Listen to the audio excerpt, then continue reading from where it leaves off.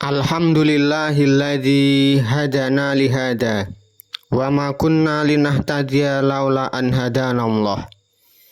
Asyhadu an la ilaha illallah wahdahu la syarikalah wa asyhadu anna Muhammadan abduhu wa rasuluh. Allahumma sholli ala nabiyyina Muhammadin wa ala alihi wa man tabi'ahum bi ihsan ila yaumiddin. Ayyuhal hadirun, ittaqullah.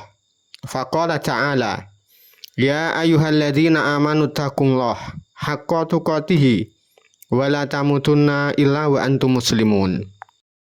Jamaah Jumat rahimakumullah. Puji syukur mugi tansah kunjuk dumateng Allah Ta'ala ingkang tansah paring rahmat, taufik sarta hidayah dumateng kula lan panjenengan. Satemah ing siang punika kula lan panjenengan saged pinanggih wonten majelis ingkang minulya kanthi kebak ing kawilujengan. Sholawat ugi salam mugi tansah katetepaken dumateng Nabi Agung Muhammad sallallahu alaihi wasallam ingkang tansah kula lan panjenengan tenggo syafaatipun wonten ing dinten akhir. Amin. Jamaah Jumat rahimakumullah. Wonten kesempatan khutbah siang punika khatib wasiat sumangga tansah ningkataken takwa dumateng Allah kanthi nindakaken dawuhipun lan nebihi awisanipun. Mugi kanthi takwa Allah tansah paring kamulyan panggesangan fid dunya wal akhirah. Amin. Jamaah Jumat rahimakumullah. Kula lan panjenengan kedahipun bersyukur amargi Allah Subhanahu wa taala sampun milihaken syariat agami ingkang gampil dipun lampahi. Islam agami ingkang paripurna dipun titahaken Allah Ta'ala tumrap sedaya umat akhir zaman. Salah setunggal ciri piwucal Islam inggih punika al-yusru utawi gampil dipun lampahi. Ngendika Allah Subhanahu wa taala, wa ma ja'ala 'alaikum fid dini min kharaj millata abikum Ibrahim. Lan panjenengane Allah ora andamel tumrap sira kabeh kerupekan ana ing agama Islam kaya dene agamane ramanira Ibrahim. Islam punika agami ingkang gampil lan boten nyusahaken sedaya pemelukipun. Wonten ing bab akidah, ibadah lan muamalah sedaya saged dipun lampahi kanthi gampil lan manusiawi. Panci Allah kagungan kersa paring kawilujengan lan kabahagiaan tumrap sedaya umat manungsa kanthi nurunaken syariat Islam pinangka agami paripurna. Wonten ing ayat sanes Allah Subhanahu wa taala ngendika, yuridullahu bikumul yusra wa la yuridu bikumul usra. Lan panjenengane Allah ngersakake andamel mayar tumrap sira kabeh lan ora ngersakake ngrekoso marang sira kabeh. Jamaah Jumat rahimakumullah. Gampilipun Islam punika sampun kabuktekaken dening sejarah. Bilih sinten kemawon ingkang cecepengan syariat Islam mesti manggih gampil ing sedaya lampah panggesanganipun.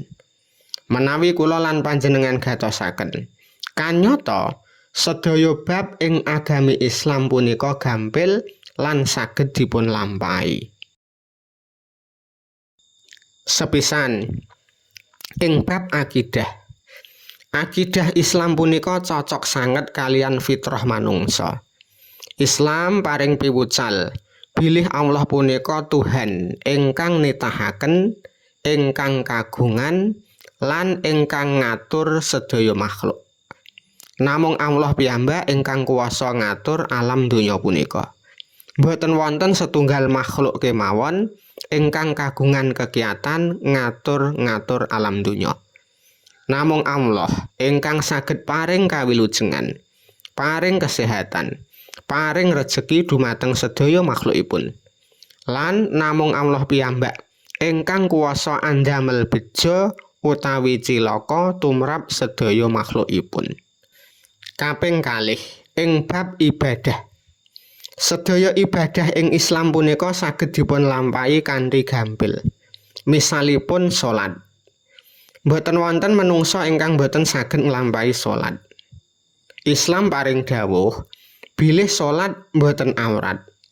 Menawi mboten saged nglampahi kanthi jumeneng amargi nembe kirang sehat, mila saged kanthi lenggah utawi kanthi sare berbaring.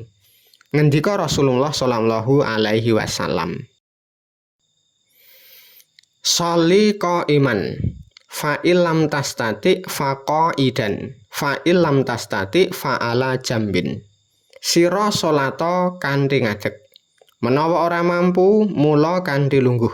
Lan menawa ora mampu, mula kanthi ngledhek. Hadis riwayat Bukhari.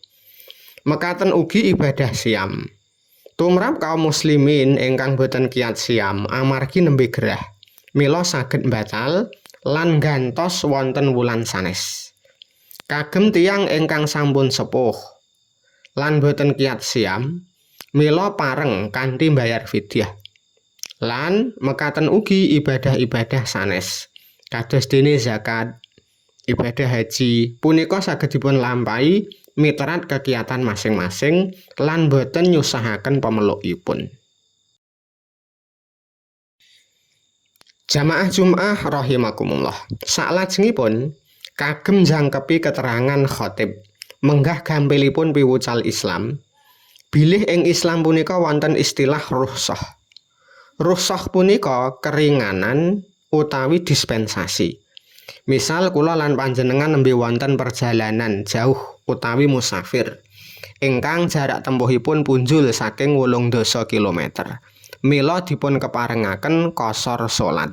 Ngendika Rasulullah sallallahu alaihi wasallam, Innallaha yuhibbu an tu'ta rukhasuhu. Saktemene Allah remen banget menawa sira padha anggunakake rukhsae. Hadis riwayat Ahmad. Cekak aosipun, Islam punika agami ingkang gampil saged dipun lampahi kapan kemawon lan wonten papan pundi kemawon. Mila sumangga tansah syukur dumateng Allah awit rahmat agami ingkang gampil punika kanthi semangat nindakaken amal-amal kesaenan ing saben dintenipun. Mugi Allah tansah paring kamulyan panggesangan fid dunya wal akhirah. Aqulu qouli hadza wastaghfirullah li wa lakum wa lisairil mu'minin innahu huwas samiul alim.